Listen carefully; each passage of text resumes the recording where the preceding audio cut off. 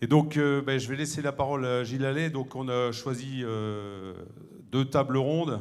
Une table ronde plus locale, avec les jeunes agriculteurs et la FDSE de la Marne, suite aux événements qu'on a vécus depuis le mois de novembre, se replonger dans le contexte des actions syndicales, des avancées, de ce qui est encore dans les tuyaux et puis ce qui est un peu calé aujourd'hui. Et puis une deuxième table ronde, donc je serai avec Arnaud Gaillot, alors, qui sera en visio avec nous. Malheureusement, qui n'a pas pu nous rejoindre, il aurait dû être présent à Châlons. Il a eu un empêchement sur son élevage laitier. Arnaud Gaillot, ancien président des jeunes agriculteurs, qui a laissé sa place la semaine dernière au congrès à Vienne. Patrick Aurel, nouveau président des jeunes agriculteurs bovins viande dans les Alpes de Haute-Provence. Et donc Arnaud sera avec nous pour la deuxième table ronde. Mais je vais laisser Gilles prendre les commandes. Moi, je vais m'éclipser un peu, puis je reviendrai tout à l'heure pour la deuxième. Avec plaisir. À tout à l'heure, Hervé. Alors, effectivement, la mobilisation des agriculteurs du début d'année, plus de 1200 agriculteurs, plus de 700 tracteurs, une mobilisation comme on n'en avait jamais vu depuis longtemps dans la Marne. Et à l'image de la mobilisation marnaise, depuis les premiers retournements de panneaux d'entrée de ville jusqu'au blocage de Paris, à l'image de la mobilisation nationale.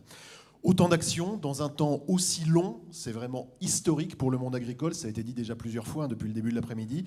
Et c'est sur cette mobilisation qu'on va revenir effectivement à l'échelon local d'abord, et puis à l'échelon national ensuite, en dressant le bilan, comme l'a dit Hervé, des avancées obtenues et du long chemin qu'il reste à parcourir quand les choses vont pouvoir redémarrer avec toutes les inconnues qui se sont ouvertes depuis dimanche soir.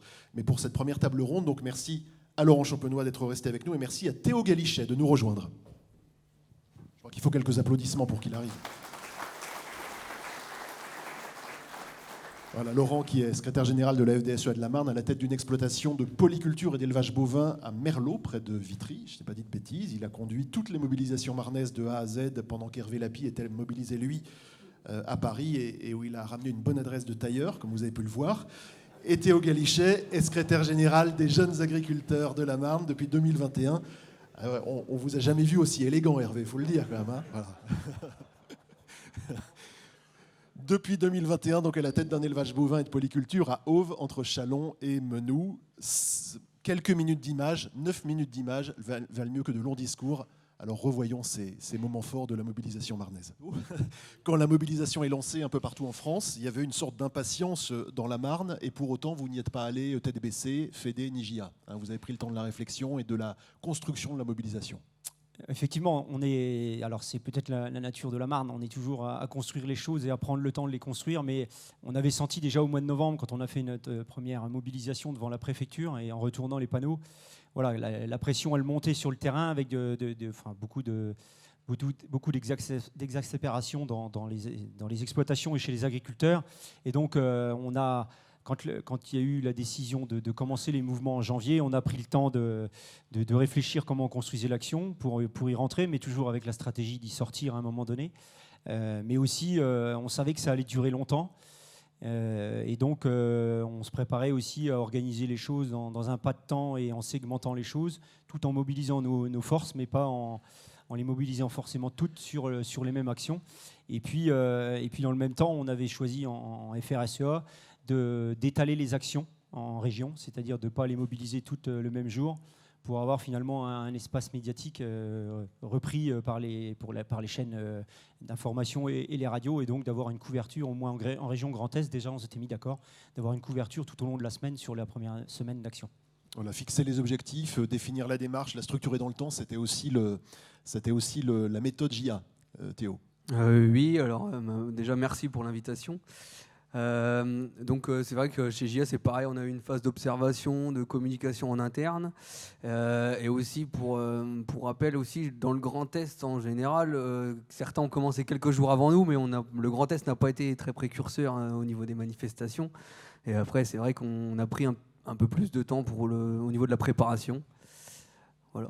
Quel a été le premier temps fort de la mobilisation? Alors on en a vu quelques-uns à l'image avec des dates emblématiques, mais le premier temps fort de cette mobilisation, Laurent?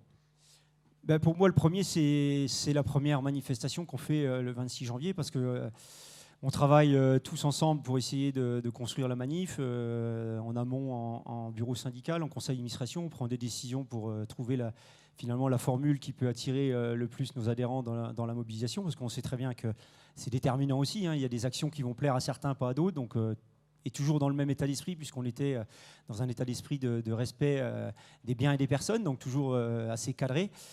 Donc à partir de là, on essaie d'organiser la manif. Et pour moi, le plus important, c'est la première manif, où finalement on commence à voir la mobilisation, le nombre d'agriculteurs présents, le nombre de tracteurs. Et là, on se dit, et voilà, le mouvement nous accompagne, parce que nous, les élus, en tant qu'élus, on ne fait que finalement essayer de mettre en place ce que les agriculteurs sur le terrain nous font remonter.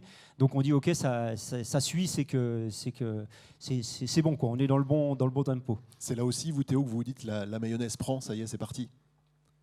Oui, c'est vrai que c'est à ce moment-là que tout a commencé. Et c'est vrai qu'il y a une part d'inconnu quand on part là-dedans. On ne sait pas vraiment qui, combien. Et après, c'est vrai que lors de ces mouvements, on n'a pas eu la même vision. Enfin, on va dire nos conseils d'administration ont eu deux visions différentes de la mobilisation. Et finalement, les deux mobilisations sont bien conjointement liées et sont assez bien déroulées. Les autres faits marquants, alors on a vu des dates emblématiques, mais on va dire les ronds-points, l'A4, la marche sur Paris, le salon de l'agriculture. Qu'est-ce que vous gardez en mémoire, vous, Laurent ? C'est peut-être le salon de l'agriculture et un petit peu le sketch. Alors, je n'ai pas pu y participer pour des raisons personnelles, mais vu d'extérieur, parce que j'ai regardé finalement d'extérieur, j'avais quand même l'impression que c'était un peu particulier, et le fait que finalement le président vienne affronter plus ou moins les agriculteurs et leur demander de venir échanger et les balader un peu. On aura les témoignages tout à l'heure, mais j'avais vraiment l'impression que on était au bout, quoi. Enfin, c'était une drôle de façon d'appréhender la crise, sachant qu'on était plutôt dans l'attente d'avoir un discours d'un président avec une stratégie agricole, avec une vision, un cap à plusieurs années. Et là, il avait largement botté en touche, puisqu'il avait dit j'attendrai les résultats des élections chambre d'agriculture. Donc ça voulait dire qu'il n'avait pas il prenait pas en compte finalement la colère et le besoin que les agriculteurs avaient d'avoir un vrai cap et une vraie vision pour l'avenir. Alors, temps fort, je voudrais donner la parole dans la salle à Stéphane Mingeot. Voilà, vous pouvez vous lever, Stéphane, quand vous voit. Merci d'être avec nous. Stéphane, éleveur et agriculteur à Vitry-en-Perthois. L'un des faits marquants pour vous, et on en a vu quelques images, c'est cette opération en grande surface.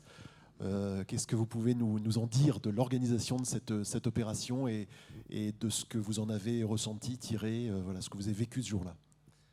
Pour ma part, donc, j'ai démarré en faisant le point de blocage à Samsou. J'ai participé un peu avec les JA. Julien, je tiens à te dire que votre opération est marquée bien haut, parce que votre drapeau est flotte toujours en haut du rond-point. Il n'y a pas de problème. Et puis le mardi, donc c'est moi qui ai organisé l'opération à Vitry sur le rond-point. Donc il y a eu une grosse opération de blocage, un gros soutien, des routiers qui attendaient pendant près de 4 heures, qui arrivaient à notre hauteur, qui nous félicitaient, qui nous donnaient même des présents.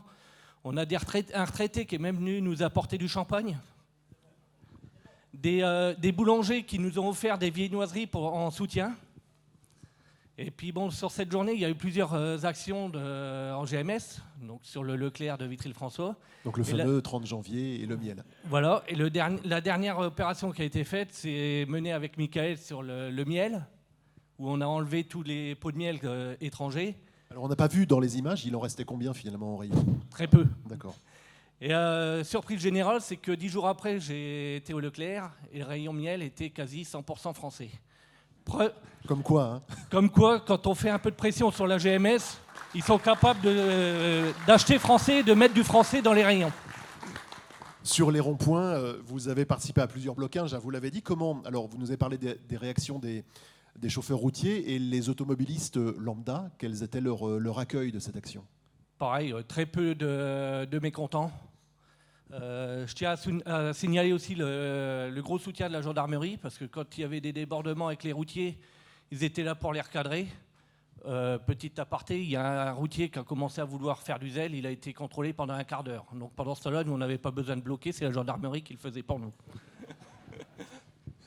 Vous avez fait partie des agriculteurs qui sont allés au Salon de l'Agriculture. Comment vous l'avez vécu, cet épisode, vous? C'est un moment mémorable. Déjà, le défilé dans Paris à pied, c'est quelque chose d'unique. La nuit passée dans le bus, pareil, ça c'est... Quand on a la cinquantaine et puis qu'on dort par terre dans le bus, on s'en souvient.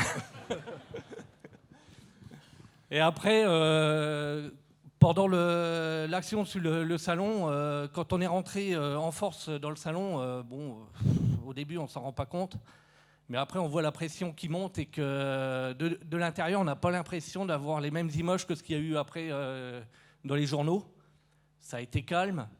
Bon, avec quelques moments où des montées de pression, mais les journaux, le seul truc qu'ils ont su mettre en avant, c'est quand il y a eu les barrières qui se sont écroulées sur les chèvres. Pour nous, c'était infime, c'était pas ça le pire. Et si toutes nos manifestations, elles se sont quand même bien déroulées et qu'on a eu le soutien populaire, c'est parce que le leitmotiv qui avait été donné, c'est respect des biens et des personnes. Et ça, nos adhérents nous ont suivis là-dessus, il n'y a eu aucun débordement. Et c'est pour ça qu'on a 95% de la population qui nous a suivis et qui nous soutenait. Ouais, on ne cassera pas une tulipe. Merci Stéphane. Vous y faisiez allusion, Théo, il y a quelques instants. Comment ça s'organise entre les deux organisations, entre les deux fédérations, ce type d'action? Comment ça se coordonne alors qu'on n'a pas toujours les mêmes objectifs, mais on poursuit le même but finalement? Ça se coordonne déjà avec de la discussion, que ce soit par téléphone, par message. Et c'est vrai que nous, quand la FDSEA a lancé le ralentissement sur les deux axes, on était en conseil d'administration chez JA. Et c'est ça qui était assez spécial, c'est que le président était en direct avec Laurent, notre ancien président Bastien Lombard. Et il avait aussi les infos du CA en même temps qui n'étaient pas forcément pour cette mobilisation et qui voulaient donc un barrage complet d'un rond-point, une fermeture complète d'un rond-point, avec de tenir le poste pendant 24 heures. Ce qui n'était pas du tout dans les projets de la FDSEA. Et donc finalement, chacun a porté, on va dire, sa manif, et on va dire dans la forme. Et dans le fond, on l'a organisé conjointement et encouragé nos adhérents mutuels à participer aux deux manifestations. Et ça a donné plutôt un premier blocage, on va dire une première salve de manifestations assez réussie pour la Marne. C'était important, Laurent, de montrer qu'il n'y avait pas de divergence majeure finalement entre les JA et la Fédé. Bah oui, on avait une volonté, dans la période où on était, il n'était pas question de se diviser sur des actions, mais effectivement, ce que Théo a dit, c'est qu'on a construit nos actions chacun de notre côté, mais à un moment donné, elles se sont retrouvées et on a fait plutôt ensemble une belle action. Qui a duré plus longtemps grâce au blocage, donc c'était très bien, quoi. On était vraiment dans un état d'esprit il n'était pas question de faire une action JA un jour et Fédé le lendemain, on aurait eu, c'était pas notre volonté, donc on avait vraiment cet état d'esprit de trouver des solutions ensemble, donc c'est les échanges entre les bureaux, entre les présidents, les ESG, et on a trouvé un compromis. Et puis vous le disiez, vous saviez que ça allait durer, qu'il fallait tenir sur la longueur et donc qu'il ne fallait pas s'épuiser rapidement. Voilà, c'est ça aussi, c'est tout à fait ça. On savait très bien, quand on avait lancé la première action du 26-27, on savait en même temps, on commençait à préparer celle du 30, quoi. Et quand on préparait celle du 30, on savait que le 31, il fallait emmener une équipe à Paris sur l'autoroute A4 avec des tracteurs. Donc en fait, naturellement, celui qui était le 30 avec des tracteurs, avec un tracteur sur un site, il n'allait pas aller le lendemain sur l'autoroute A4 à l'entrée de Paris. Donc il fallait répartir les forces, les mobiliser toutes, mais les répartir pour avoir suffisamment de tracteurs et d'agriculteurs sur les différents points. Donc c'est quoi? C'est un grand PowerPoint avec un calendrier, c'est des tableaux Excel avec des listes d'agri mobilisés, des nombres de tracteurs. Enfin, concrètement, ça ressemble à quoi? Alors c'est pas moi qui ai géré ça, hein. Moi c'est le service syndical, mais effectivement c'est réussir à segmenter et à orienter les cantons les plus proches de Paris, les mobiliser pour aller sur l'autoroute A4 et parvenir sur les points de blocage Vitry, etc. Vitry ou Reims ou la Grande Romanie. Donc c'était d'organiser et de mobiliser finalement une zone du département pour un point de blocage et l'autre zone pour un autre point de blocage. C'était la stratégie qu'on avait mis en place. Théo? Ça passe aussi par des responsables de pôle, on va dire, qui géraient plus sur le terrain ensuite et qui connaissent, on va dire, plus leurs adhérents. Par exemple, quand il y a eu les ronds-points très localisés sur la Grande Romanie, Vitry ou Reims, c'est plus on va dire, aux adhérents locaux qui ont réussi à chapeauter, on va dire, ces blocages. Une question plus personnelle, comment on fait, Laurent, Théo, pour se lancer dans une telle mobilisation quand on est agriculteur, hein, c'est pas une occupation en dilettante, éleveur, c'est encore plus prenant, et que le travail à la ferme se met pas entre parenthèses pendant une mobilisation de cette ampleur, quoi, et surtout sur la durée. Mais c'est comme la responsabilité, on la prend au début, donc je ne pensais pas avoir à organiser de tels mouvements. Donc je me suis organisé sur l'exploitation. Alors il y a un peu d'accompagnement sur l'exploitation, donc ceux qui sont sur l'exploitation, ils ont aussi travaillé un petit peu plus. Et puis moi aussi, j'ai travaillé un peu plus pendant la période, c'est-à-dire que... dormi un peu moins. Dormi un peu moins, naturellement, pour organiser le travail d'exploitation, les manifs. Voilà, par principe, à partir du moment où on fait le choix de prendre une responsabilité, on l'assume. Donc j'ai essayé de l'assumer finalement du mieux que je pouvais. Et en associant tout, le travail, la vie familiale, qui n'était pas facile à ce moment-là en plus pour moi, et puis les manifs. Voilà. Et de votre côté, Théo, même chose? On n'anticipe pas vraiment du coup ces choses-là, et puis on y va, et puis on fait en allant. Après, j'ai encore de la chance d'avoir mes parents sur l'exploitation, donc on arrive encore à s'arranger. Vous parliez de responsabilité, Laurent. Quand on est organisateur de manifestations comme ça, le poids de la responsabilité est important. Alors, c'est Stéphane qui nous disait tout à l'heure, parfois les gendarmes nous ont aidés, bien malgré eux presque. Mais comment ça se passe avec les autorités, justement? Préfecture, gendarmerie, comment ça se négocie, tout ça? C'est relativement simple. Avant chaque manif, donc on fait notre déclaration de manif, et puis après on échange avec les services de la préfecture. Donc la première, on a eu rendez-vous carrément à la préfecture, et on a échangé sur la méthodologie, ce qu'on voulait faire. Sachant que notre volonté, elle était d'avoir une manif propre, sans casse. On donnait les mots d'ordre, on vient qu'avec des tracteurs, pas de bennes chargées, rien, puisqu'on voulait laisser le terrain propre à notre départ. Donc ça, c'était important. Donc du coup, ça c'est bien construit. La première avec la préfecture, c'est bien construit, un peu long dans le timing, parce qu'il fallait naturellement envisager des déviations, comme on bloquait deux grands axes, la Nationale 4 et la 44. Donc un peu compliqué, mais ça va. Où ça a été plus compliqué, c'est la dernière, les blocages sur Vitry, Tilloy et la Grande Romanie, où on a fait une visio très tard le soir. C'est-à-dire qu'on faisait le blocage le lendemain matin à 6h30. Et donc la première visio de l'après-midi ne m'avait pas trop convenu. Donc j'avais redemandé une visio le soir avec les SG adjoints pour qu'on soit un peu plus nombreux, pour pas se faire trop balader. Et donc on a eu la décision et l'organisation de la manif à un peu plus de 22 heures.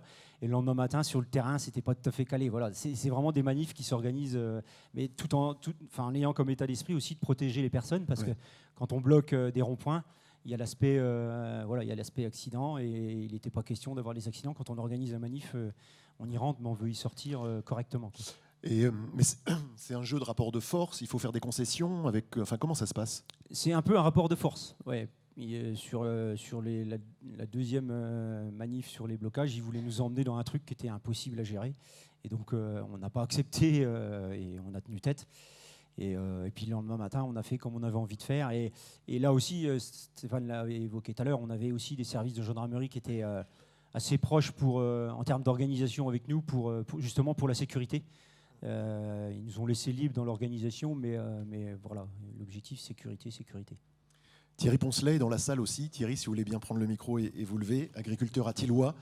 La responsabilité qu'on porte quand on dirige une action, vous avez dirigé un convoi de tracteurs depuis Reims pour rejoindre la 4 en direction de Paris. Est-ce que ça a été difficile, pour le moins stressant, en termes de responsabilité, justement, de prendre la tête d'un tel cortège? Alors déjà, on sortait la veille du blocage du rond-point de Tilloy. Donc il a fallu ménager nos troupes.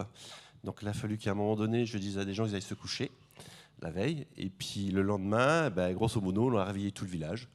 À 2h du matin, j'avais je ne sais plus combien de tracteurs qui étaient prévus, en sachant qu'on avait ce qu'on appelle... on devait prendre un train en cours de route, c'est-à-dire un train de tracteurs à la sortie de Dormans. Il a fallu bien gérer ça parce qu'on avait un peu la pression de la gendarmerie. Il ne fallait surtout pas qu'il y ait de coupure. C'est-à-dire qu'il ne fallait pas que les tracteurs s'arrêtent sur l'autoroute. On me le rappelait assez souvent, donc ça a été compliqué. C'est-à-dire qu'il fallait un cortège.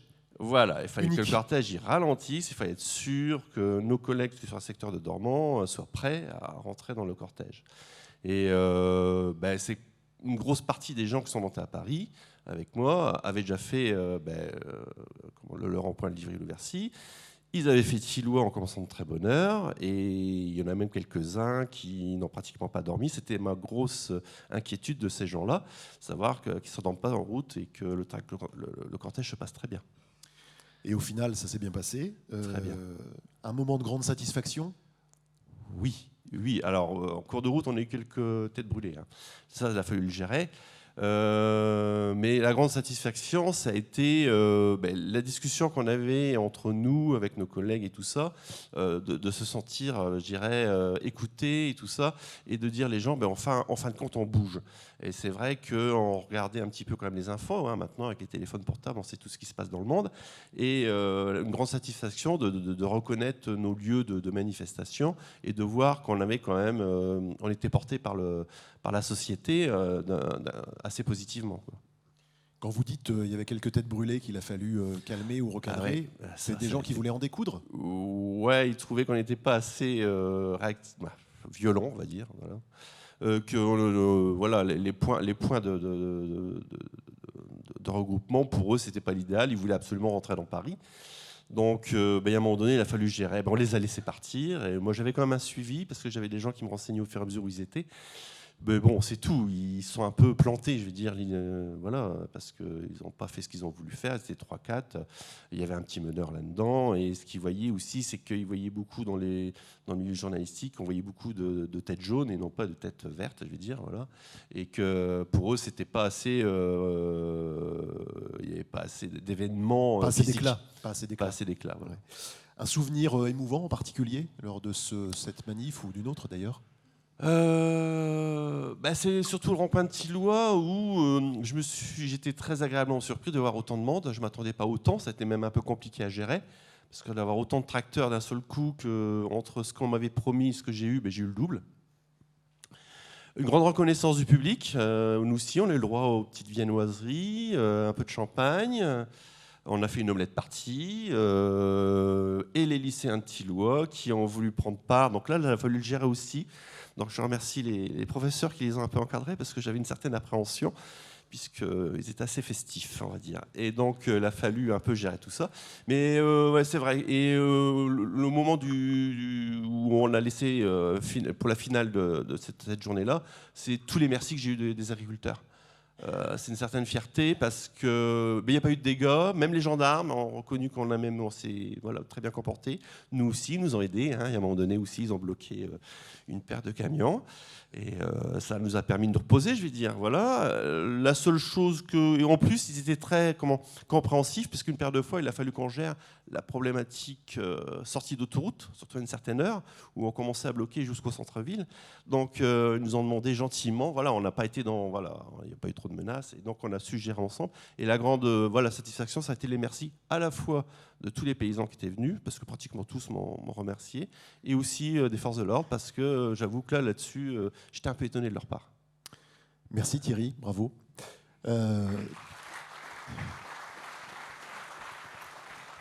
Théo, Laurent, on l'évoquait avec Thierry, justement les débordements ou les envies d'en découdre. Comment on contient ça quand on est à la tête de l'organisation du mouvement dans sa globalité à l'échelle du département? C'est le point le plus délicat. Hein. Quand on rassemble un certain nombre d'agriculteurs, il y a l'effet de masse à un moment donné, il y a les discussions, les échanges tout au long de la journée. Donc ce qu'il faut, c'est échanger. Hein. C'est ce qu'on faisait à chaque point de blocage, c'est échanger, donner la situation, c'est marqué 25 réunions de préparation, mobilisation, mais on avait aussi beaucoup de réunions avec la FNSEA et les JA, ce qui fait qu'on avait l'information qui redescendait, ce qui nous permettait aussi de communiquer aux manifestants la situation, l'avancement. Et puis c'était toujours l'idée, la stratégie, ça a été toujours de segmenter, c'est-à-dire d'avoir des étapes. À chaque étape, on était capable de rannoncer l'étape d'après. Et donc, en même temps, ça donne une perspective. Ça donne une perspective aux agriculteurs qui sont avec nous.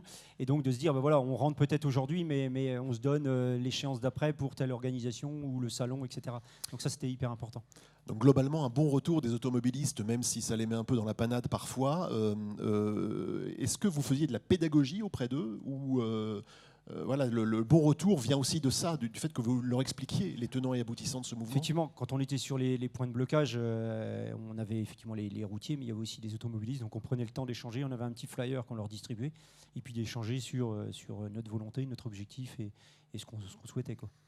Le rapport avec les médias, on parlait tout à l'heure des images un peu caricaturales présentées à la télévision et pas toujours le reflet de la globalité du mouvement. Comment ça se passait avec les médias locaux, par exemple ? Les médias locaux, on a eu une couverture assez bonne dès l'instant qu'on faisait une manif. On communiquait les dates et en général, on avait systématiquement les journaux, les chaînes de télé locales sur les événements.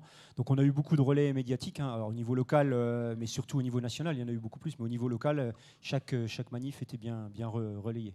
Pas d'essoufflement à ce niveau-là, Théo ? Les journalistes étaient là à chaque fois ? Oui, il n'y avait pas de problème. On va dire que vu que c'était le sujet qui animait, on va dire, la France et voire même l'Europe, on n'avait pas trop de mal à les capter quand même. Ils étaient même plutôt contents quand ça se passait sur leur territoire. Donc voilà. Et puis c'est vrai que je me rappelle que quand je suis arrivé après mes études dans le monde agricole, où j'avais plutôt tendance à avoir l'impression que dès qu'on parlait d'agriculture dans les médias, c'était un peu pour nous taper dessus. Et là, c'est la première fois depuis que je suis sur la ferme que j'ai l'impression que c'était un peu le contraire, justement. Donc ça redonne un peu de baume au cœur quand même. Avec toujours ce souci, Laurent, de proposer aux médias locaux d'illustrer les problématiques nationales à travers les problématiques territoriales. C'est ce qu'ils cherchent finalement, c'est la traduction concrète des problématiques exprimées nationalement sur le terrain ici. C'est ça, donc oui, systématiquement, il faut ramener ça au territoire et aux problématiques des agriculteurs. Donc on avait, voilà, nous, on était en tant que responsables, on était sollicités, mais sur les points de blocage, naturellement, les manifestants étaient aussi sollicités pour finalement expliquer leurs problématiques. Et c'est vrai que c'est ce qui est demandé et recherché par les médias. Et là, les agris ont joué le jeu aussi, hein, de l'explication, tout à fait, ouais. De l'accueil. Vous disiez tout à l'heure, Laurent, évidemment, dès qu'on commence, il faut penser à comment on va en sortir. Et ça, c'est difficile de le penser dès le début. Ben oui, mais c'est, toute action syndicale, il faut penser à la sortie, même si on savait, là, je l'ai dit tout à l'heure, que ça allait être très long. Et on savait à un moment donné, voilà, quand on a fait le choix collectivement de se dire on arrête les actions syndicales, on a passé d'action syndicale à action de travail, en fait, hein. Alors le travail n'était pas arrêté pendant les actions syndicales, mais voilà, c'est ce que nous on met en place en préfecture avec les services de l'administration pour faire avancer les dossiers locaux. Et puis au niveau national, FNSEA-JA, c'était les échanges avec le Premier ministre et les ministres de l'Agriculture et le président pour faire avancer les dossiers, quoi. Donc on avait finalement, voilà, quand on a levé les barrages et les blocages sur l'autoroute A4 en fin de semaine, voilà, on savait qu'on avait l'échéance d'après, c'était le salon où on se donnait comme objectif. Après, c'était la loi d'orientation. Et puis là, on est un peu dans l'impasse et on attend le 7 juillet pour savoir ce qu'il en sera. Alors, n'excluons pas qu'il faille remobiliser un jour. Quels enseignements vous avez tirés de cette séquence et qui vous sera utile pour le prochain mouvement ? C'est la capacité qu'on a à rassembler quand même. Voilà, je pense que les chiffres sont là. On a rassemblé quand même beaucoup d'agriculteurs sur le département, ça fait très très longtemps qu'on n'en a pas rassemblé autant. Donc c'est une vraie force. Donc ça veut dire que on imagine que si les choses ne tournent pas comme on le souhaite, on sera en capacité effectivement de remobiliser nos agriculteurs en fin d'année si le besoin en est, quoi. Chez les JA aussi, Théo ? Oui, exactement. Et après, on en sort aussi comme conclusion que nos réseaux en sortent un peu grandis, aussi bien de par le nombre d'adhérents. Chez JA, on va approcher les 250 adhérents, alors qu'il y a 5-6 ans, on était encore autour des 150. Donc il y a encore des jeunes qui ont envie d'y croire.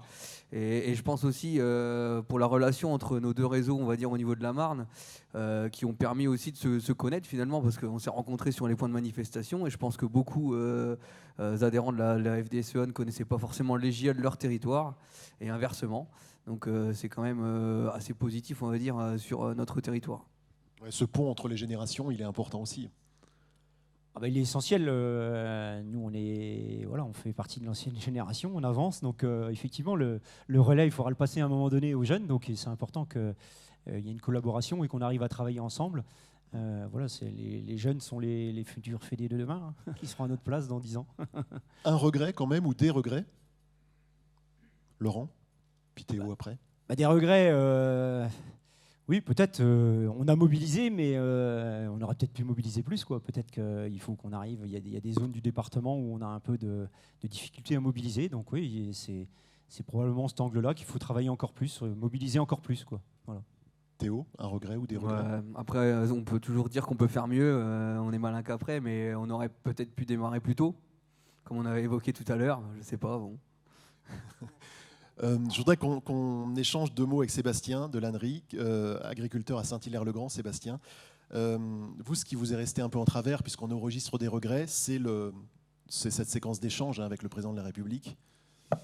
Oui, alors, à l'inauguration, quand on a vu que les portes se sont enfoncées au salon, au hall des animaux, on s'est retrouvés dans les allées, et à un moment, les responsables de la FNSEA nous voir, il faut 10 agriculteurs FNSEA qui montent au petit salon.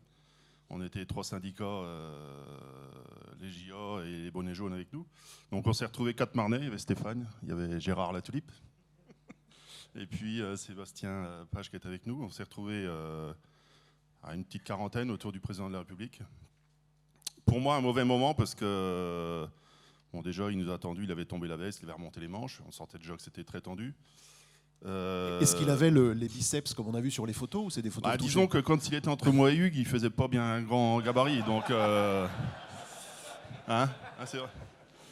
Donc voilà, mais alors ce qu'on n'a pas vu au direct, c'est qu'il a été recadré pendant 3 minutes avant le direct. Il s'est fait prendre de haut par un peu tout le monde. Et quelque chose que j'ai remarqué, qui m'a bien, que j'ai bien apprécié, c'est qu'on n'était pas les syndicats verts d'un côté, les jaunes de l'autre. C'était tout le monde. Et qu'à un moment, il a été dit, on est là pour défendre toute l'agriculture française, et pas seulement la parole à qui il voulait donner, chacun son tour. On a pris une grande leçon d'agriculture, comme il sait le faire. De toute façon, il faisait le professeur.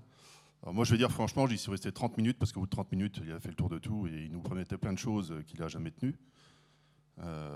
Voilà, c'était la suite du fameux débat avec les soulèvements de la terre qui a allumé le feu. Après, il fallait qu'il assume. Et ce qui a été encore plus navrant derrière, c'est que le bâtiment des animaux, il a été vidé. Il empêchait les gens de rentrer. Comme ça, il a fait sa petite visite tranquille. Et il s'est passé la même chose dans le hall 4 l'après-midi, où il a fait vider le hall. Plus personne ne rentrait. Il a fait sa petite visite tranquille.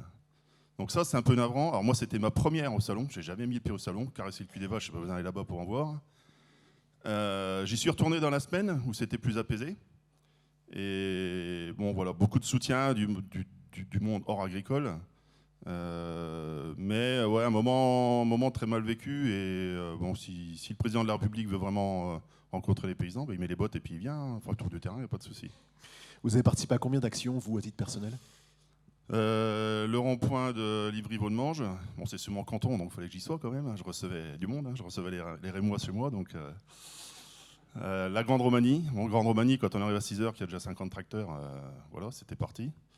Et puis Paris, j'y suis pas allé en bus parce que c'était compliqué de partir en début d'après-midi, mais j'ai mis une paire de SMS dans mon secteur, il y a un agriculteur qui m'a accompagné, on est parti, à 7h on était là-bas, et on a bien vu déjà qu'à 7h c'était déjà chaud.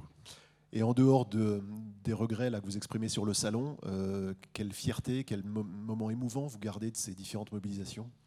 C'est le collectif, je pense. Voilà, en dehors de nos étiquettes syndicales, on est tous là pour défendre notre métier. On le montre dans nos opérations de communication avec les écoles. On communique fortement sur notre métier. S'il faut aller au salon pour communiquer un peu plus, c'est important. Je pense que le salon fait sa part des choses.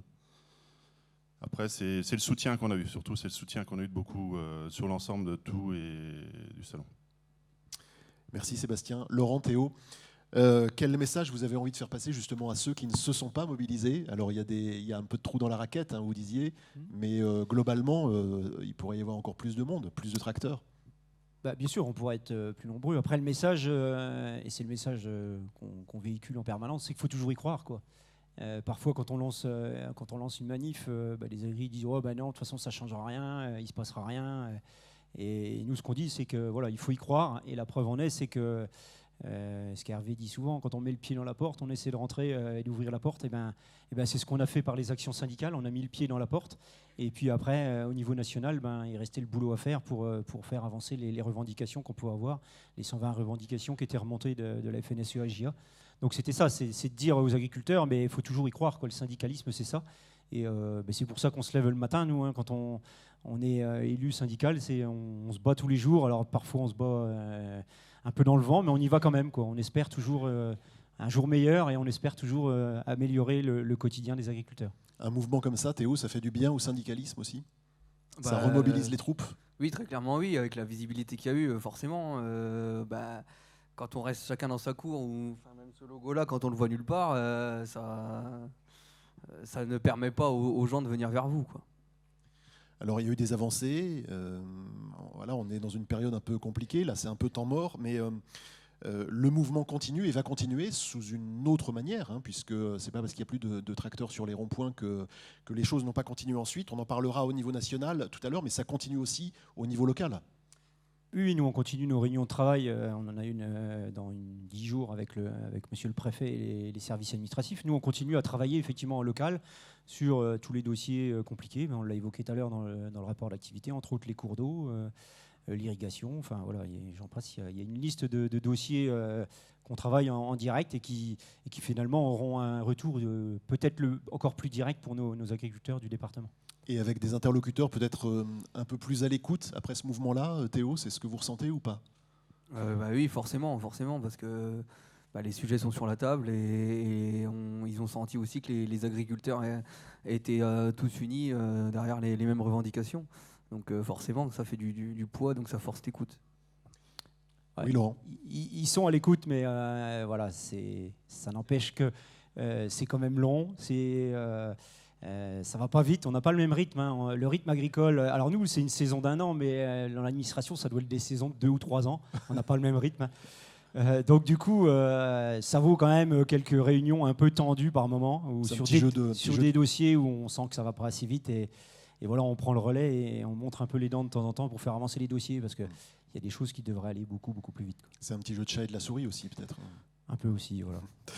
Je voudrais aussi, si vous êtes d'accord, une ovation pour la mobilisation à toute épreuve des collaborateurs de la FDSEA de la Marne, hein, et des JA, on l'a dit tout à l'heure, qui ont été mobilisés à chaque instant pour vous soutenir, vous aider dans cette mobilisation. Et eux non plus n'ont pas compté leurs heures. Je crois qu'on peut de nouveau les applaudir.